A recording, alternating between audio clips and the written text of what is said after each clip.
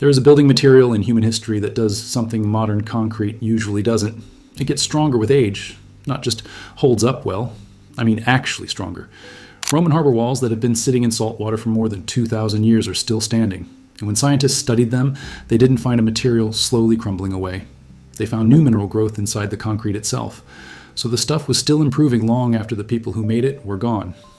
And in this video, I'm not just going to tell you the history of it, I'm going to give you the Roman-style recipe, the 2 modern versions you can make today, where to get the ingredients, what small projects it's good for, and where you absolutely should not use it. Because yes, there is a version of Roman concrete you can actually make yourself. There's an advanced mix that gets you closest to the original hot mix chemistry, and there's a safer, easier version that's much better for most people starting out. So if you want the real formula and not just the myth, stay with me. At first, this sounds like one of those stories that's a little too perfect, like somebody found an ancient secret that somehow outsmarted all of modern engineering. But Roman concrete is real, the durability is real, and the science behind it is real too. The Pantheon is still standing. Roman harbors at places like Caesarea and Baiae survived direct contact with seawater for centuries upon centuries. Aqueducts, vaults, foundations, and breakwaters are still here, still working, or at the very least, still refusing to disappear. Now compare that to a lot of modern reinforced concrete. Parking garages, seawalls, bridges, and retaining structures often show serious deterioration in decades, not millennia. That doesn't mean modern concrete is useless. Obviously not. Modern engineering solves problems the Romans couldn't even imagine. But when it comes to long-term durability in harsh conditions, the Romans were doing something we clearly lost. For years, the standard explanation was simple. Roman concrete lasted because it used volcanic ash and lime. That was partly true, but it wasn't the whole story. Because when researchers looked closely at ancient Roman samples, they kept finding tiny white chunks all through the material. For decades, people assumed those were mistakes, bad mixing, sloppy workmanship. A flaw, which is a strange thing to assume when you're talking about builders disciplined enough to construct harbors, domes, aqueducts, and ports that outlived entire civilizations. They left written instructions. They built across an empire. And yet, these same white inclusions kept showing up again and again. So either Roman builders across multiple centuries all made the exact same mistake, or those chunks were there on purpose. Turns out they were there on purpose. Researchers found that the Romans likely used quicklime, not just pre-slaked lime, and mixed it in a way that created reactive lime clasts inside the finished concrete. And that matters because those clasts seem to act like tiny built-in repair kits. When cracks form, and every material cracks eventually, water can get in, reach one of those lime-rich pockets, dissolve some of that material, and trigger the formation of calcium carbonate inside the crack, so the crack starts sealing itself. Not magically, and not overnight, but chemically. And that's only half the story. Modern concrete and seawater are not exactly best friends. Salt water gets into cracks, attacks steel reinforcement, and creates a very expensive future for whoever owns the structure. Roman marine concrete seems to have done something very different.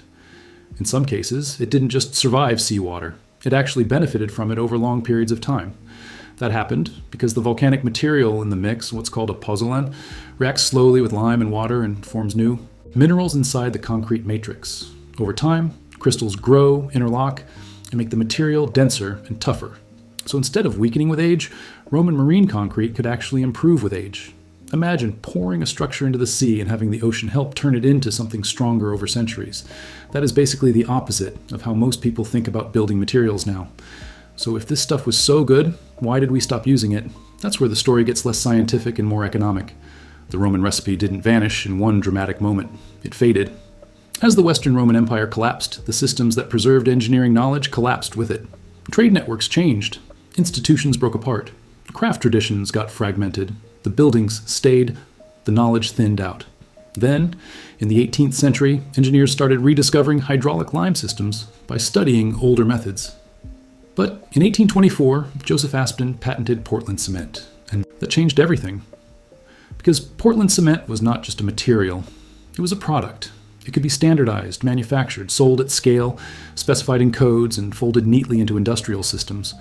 Roman-style pozzolanic concrete was different. It relied on lime, ash, aggregate, and local knowledge.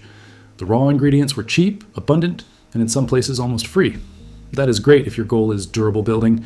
It is less exciting if your goal is creating a standardized industrial product with a clean commercial pipeline.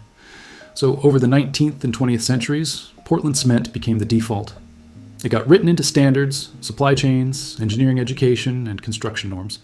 And once an industry becomes the default, it does not need to be the best option in every situation. It just needs to be the normal one. Now here's the part where this stops being a cool history lesson and becomes something you could actually use. Because yes, there are two Roman-style mixes you can make today. The first is the more authentic hot mix. This is the advanced version, and it uses quicklime. The ratio is 1 part quicklime, 2 parts volcanic ash or pozzolan, and then 3 to 4 parts aggregate like sand, gravel, or crushed stone. You start by mixing the quicklime and pozzolan together dry, thoroughly, before any water goes in. Then you add your aggregate, and only after that do you add water, slowly and carefully, because this is the part where the quicklime reacts hard and the whole mix heats up fast. That heat is part of what gives Roman concrete its properties. As you add the water, keep stirring until the mix reaches a stiff, workable consistency, basically something like thick oatmeal. Then place it immediately, compact it firmly into the form, and keep it damp for the first several days while it cures. The second version is the one I'd actually recommend for most people. This is the accessible mix, and it uses natural hydraulic lime instead of quicklime. For that version, the ratio is 1 part natural hydraulic lime. Ideally, NHL 3.5, 2 parts pozzolan, and 3 parts aggregate. You mix that dry first too, then add water gradually until you get the same stiff, workable consistency. This version won't give you the dramatic hot mix reaction, but it still gives you a real lime pozzolan concrete or mortar. It hardens slowly, resists water well, and bonds nicely to stone, brick, and aggregate. It's slower, calmer, and much more forgiving, which is exactly what most people need. And the big thing to understand is that neither of these behaves like modern Portland cement. This is not fast material. Roman-style pozzolanic mixes reward patience. They keep reacting and gaining strength for weeks and months, not just a neat 28-day schedule. As for ingredients, quicklime is the key one for the authentic method, but it is also the one you need to respect the most. It's calcium oxide, sold as quicklime, burnt lime, or unslaked lime. It is not the same thing as hydrated lime, and it is definitely not the same thing as garden lime. You can usually find it through masonry suppliers, agricultural suppliers, and sometimes hardware stores, and it typically runs around $15 to $25 for a 50-pound bag.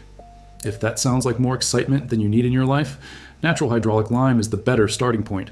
That usually runs around $40 to $55 for a 55-pound bag. For the pozzolan, one of the closest modern equivalents is pumice pozzolan, often sold in 20-pound boxes for around $25 to $35. Metakaolin is another very good option, usually around $30 to $50 for 50 pounds, and fly ash can sometimes be sourced cheaply or even free through local concrete suppliers if you can find it. For aggregate, keep it simple. Sand and gravel, whatever makes sense for the size of the project. For small DIY work, even all-purpose sand from a hardware store is fine. And for water, tap water is completely fine for garden walls, planters, stepping stones, and most small projects. All in, the reactive ingredients for a small project usually land somewhere around $40 to $80. So what is this actually good for in the real world? This is where it starts becoming useful. Garden walls and raised beds are one of the best applications, especially with the accessible hydraulic lime mix. That kind of mortar can move a little with freeze-thaw cycles instead of behaving like brittle glass. Stepping stones and pavers are another good one. You pour the mix into forms, let it cure slowly, and you get something that feels more like stone than a cheap slab. Planters and containers are especially interesting because lime pozzolan mixes breathe a little, and that slight permeability can actually be a benefit there. If you've got old brick or stone on your property, masonry repair is where this gets even more valuable. One of the fastest ways to damage historic masonry is to repair it with a mortar that is harder than the original material. Then the wall moves, and instead of the mortar taking the stress, the brick or stone does. That is why lime-based repair mortar is not just some charming old-fashioned option. In a lot of cases, it is the correct one. Pozzolanic repair mortars can also be used to patch cracks and spalls in existing concrete. And over time, those repairs can integrate better with the surrounding material instead of sitting there like a dead patch. There's also a nice little trick worth knowing. You can add coarse pumice aggregate, not the fine pozzolan dust, but actual pumice stone pieces, to lighten the mix. The Romans did this deliberately in the Pantheon dome to reduce weight higher up in the structure. For you, that means lighter planters, lighter ornaments, and cast pieces that are easier to move. And that is the right mindset for this whole thing. Don't think, fantastic, I will now rebuild the Roman Empire in my backyard. Think, could I make a planter? Could I cast a stepping stone? Could I try a small repair and learn how this behaves? That's the gateway. Now, very importantly, here is what this mix is not for. It is not a drop-in replacement for engineered structural concrete and code-regulated construction. Great for small builds, garden features, restoration-minded work, repairs, decorative pieces, and experimentation. Not something you casually swap into a load-bearing wall and then hope the building inspector is in a very classical mood that day. So work within the lane where this makes sense. And honestly, that lane is already wide enough to be fascinating. So maybe you clicked because you like Roman history. Maybe you're into strange material science. Or maybe YouTube has somehow detected a crack in your garden wall. Either way, now you've got the formula. Start small, be sensible, and if you've got questions, leave them in the comments because I always try to respond to everyone. See you in the next one.